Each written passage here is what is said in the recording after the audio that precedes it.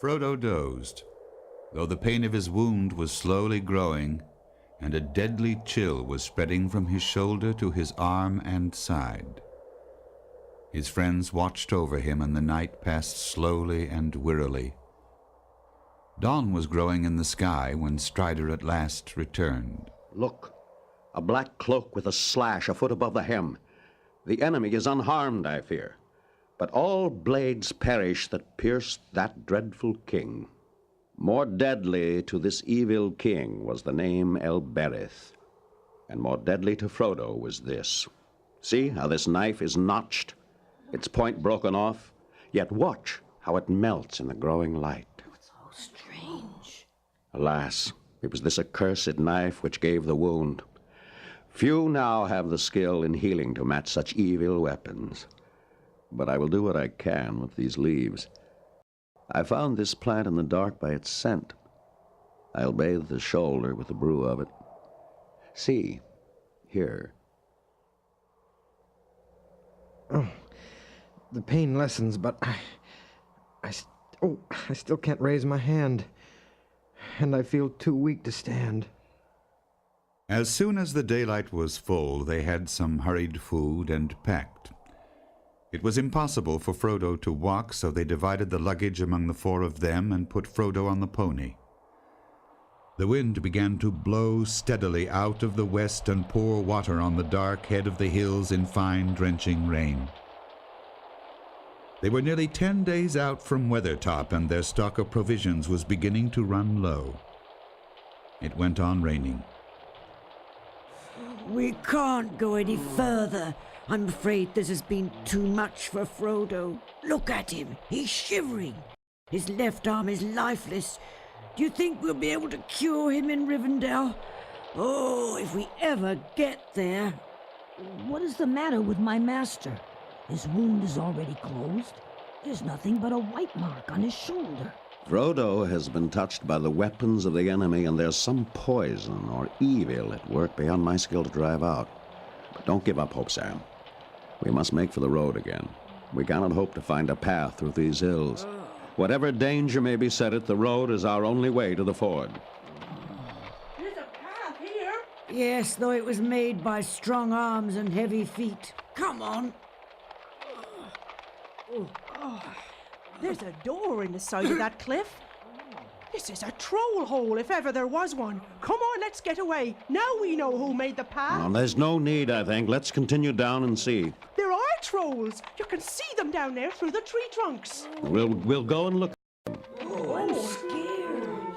Oh, my feet.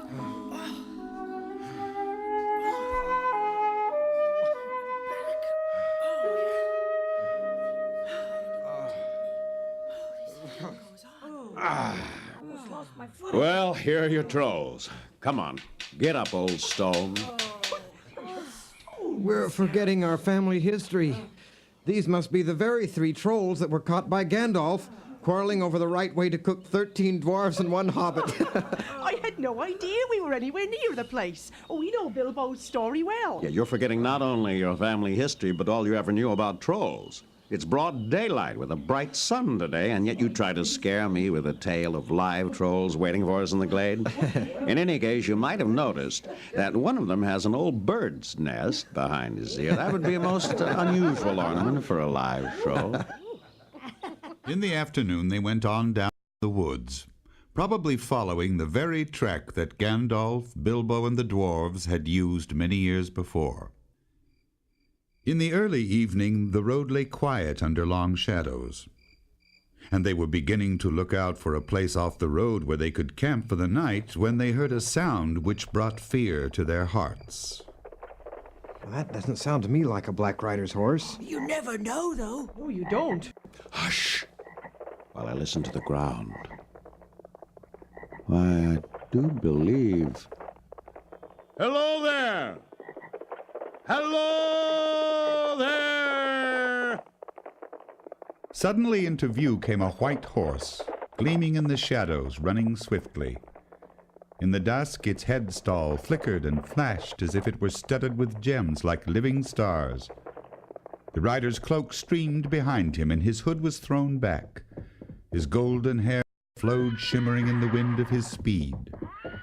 To Frodo it appeared that a white light was shining through the form and raiment of the rider as if through a thin veil. This is Glorfindel, who dwells in the house of Elrond. Hail and well met at last, Aragorn. I was sent from Rivendell to look for you and the hobbits. We feared that you were in danger upon the road. Then Gandalf has reached Rivendell? No, he hadn't when I departed, but that was 9 days ago. Elrond received news that troubled him. Some of my kindred traveling in your land learned that things were amiss and sent messages as swiftly as they could. They said that the Nine were abroad, and that you were astray bearing a great burden without guidance, for Gandalf had not returned. I left a token on the road at the last bridge. 3 of the servants of Sauron were on the bridge, and I pursued them westward. But come, there is no time for further news. We must risk the peril of the road and go.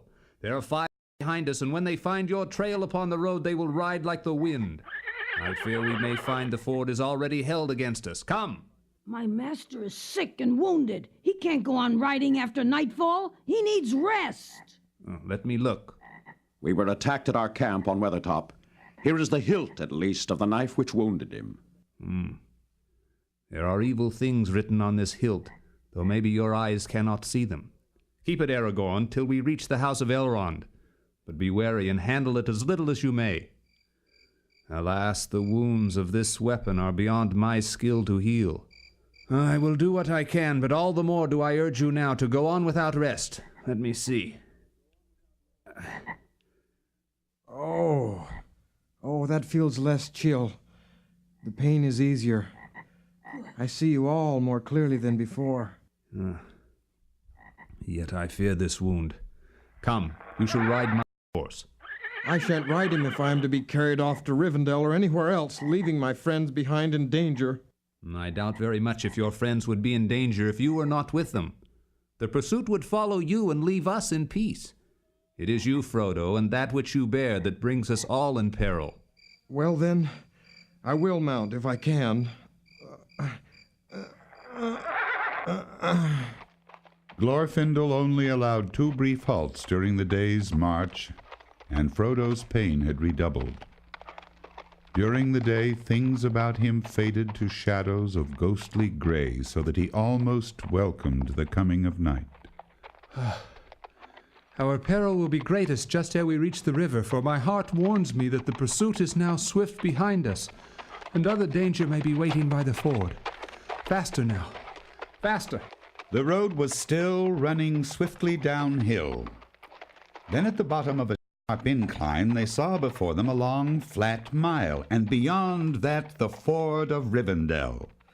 On the other side of the river was a steep brown bank, threaded by a winding path, and behind that the tall mountains climbed shoulder above shoulder and peak beyond peak into the fading sky. Wait. Listen. Fly! Fly! The enemy is upon us! The white horse leaped forward. The hobbits ran down the slope. Glorfindel and Strider followed as rear guard. They were only halfway across the flat when suddenly there was a noise of horses galloping. Out of the hole in the trees they had just left rode a rider. He reined his horse in and halted, swaying in his saddle. Another followed him, and then another, and then again 2 more. Ride forward, Frodo! Ride!